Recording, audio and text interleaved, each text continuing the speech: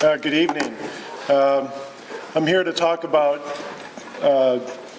quantifying the extent of the oak wilt disease, the emerald ash borer insect, and the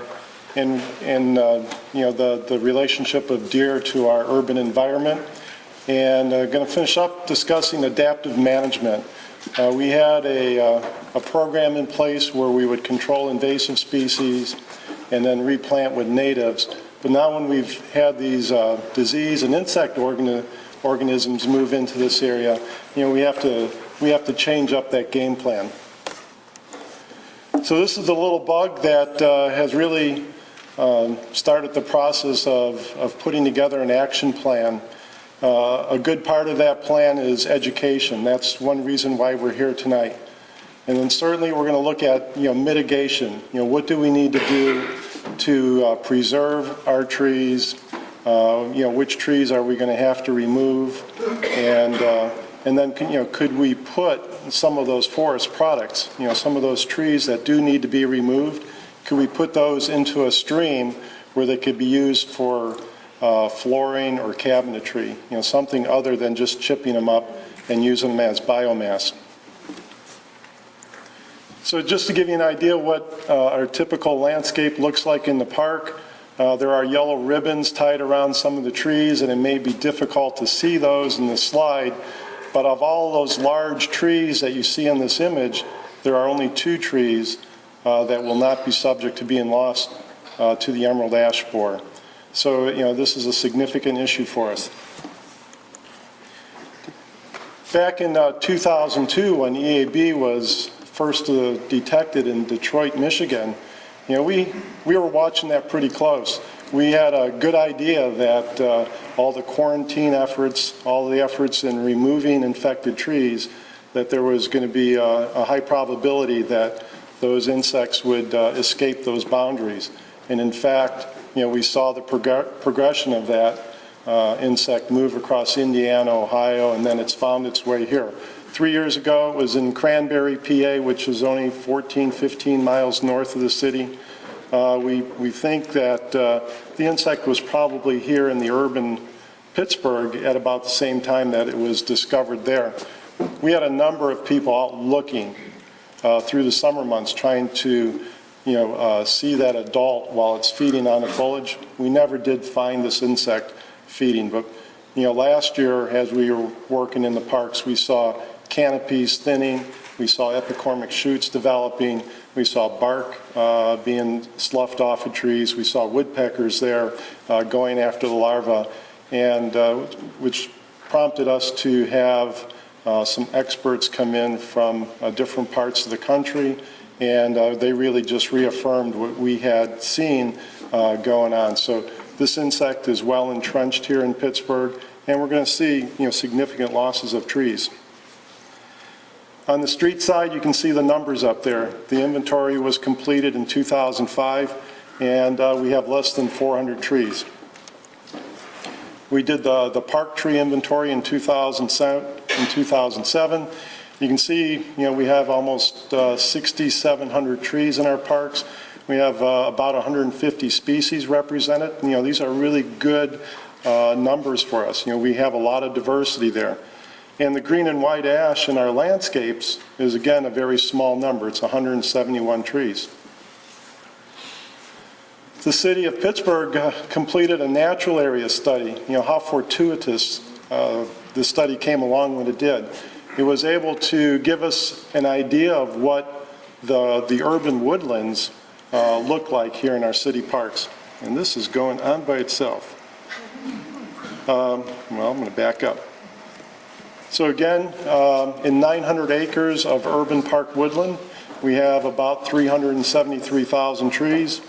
Most of these trees are natives. This is an area where we didn't go in and plant horticultural plants, so we didn't expect the number of species to be as high as in our landscape. And so you can see here there's 53 different species of trees represented in these 900 acres. It turns out there's about 414 trees per acre in the woodlands in Pittsburgh. Here's just a few of the native trees. We can see that the green and white ash represent about 15% of the population.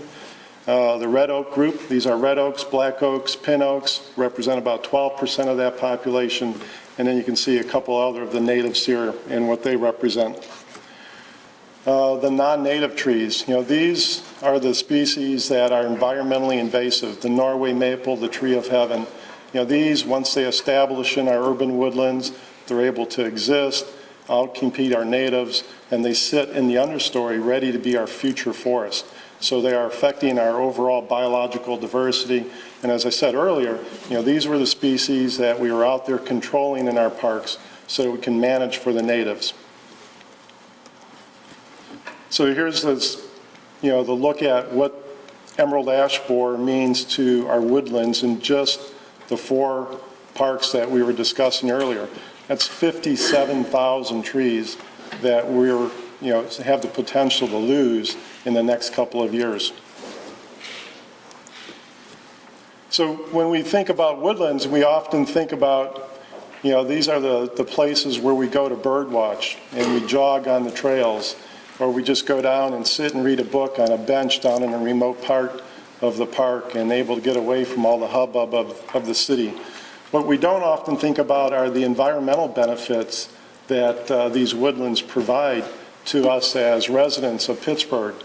And certainly, infiltrating and intercepting stormwater, locking up carbon, abating the heat of a city environment, and cleaning our air. These are very, very critical components of our woodlands. To give you an idea just on stormwater, if I'm a tree out here just like this, within the period of a year, the amount of water that my trunk and my branches and my leaves intercept and don't let approach the forest floor, that's 2,500 gallons. And then when we do the math, I round it up to 60,000 trees. You see that there's 150 million gallons of stormwater that's going to reach the forest floor if we lose all of our ash trees. So much of that stormwater isn't held in the canopy, but it does in fact, fall on the forest floor. So an average tree during the course of a growing season will take about 100,000 gallons of that water and utilize it in its processes and then evaporate it back to the atmosphere. So if we look at 60,000 trees, that is 6 billion gallons of stormwater that is now going to need to be addressed by some other mechanism than green and white ash trees. Switching to oak wilt, this is the range that we find the disease. This is what it looks like. If you see June, July, green leaves that are starting to turn yellow or brown, they're wilted looking, they're laying on the forest floor or in your lawn, pretty much guaranteed that you have oak wilt. Native beetles that transmit the disease, and those beetles transmit it long distance, and then once the oak wilt is established in a site, it's transmitted through root grafts like you see on this image here. We can prevent oak wilt. It's a disease that's easily managed, and I'm not going to take any of Mr. McDonald's claim there, but we do have a product that has been proven effective at preventing the disease. Unfortunately, this is a curative, so we have to remove infected trees. Deer, we all love them. They're great. They're absolutely fabulous. I love seeing deer in the park. I love to see them in my neighborhood. However, they sometimes become problematic. So, it's a part of the equation. They're not like the emerald ash borer or the oak wilt disease, but as we go to do the recovery, planting the new urban forest, we're going to have measures in place to address them. We currently do small-scale fencing, and these are effective. We also build what we call deer exclosures, so where we've gone in and removed the Norway maple and the Siberian elms, those non-native invasive species. We use that wood to construct these little wooden forts, and then we plant the native species within those exclosures. the wood rots away. By the time it has rotted down to where the deer can enter the area, the trees are large enough to be able to withstand the browse effect that the deer have. And to finish up, adaptive management. We're at a time here where the way we were doing business is not going to be effective anymore. So we really need to look at bringing in new means of addressing the disease, the insects, not just the ones that are here today, but we're looking out to other organisms that are in this country and are working this way.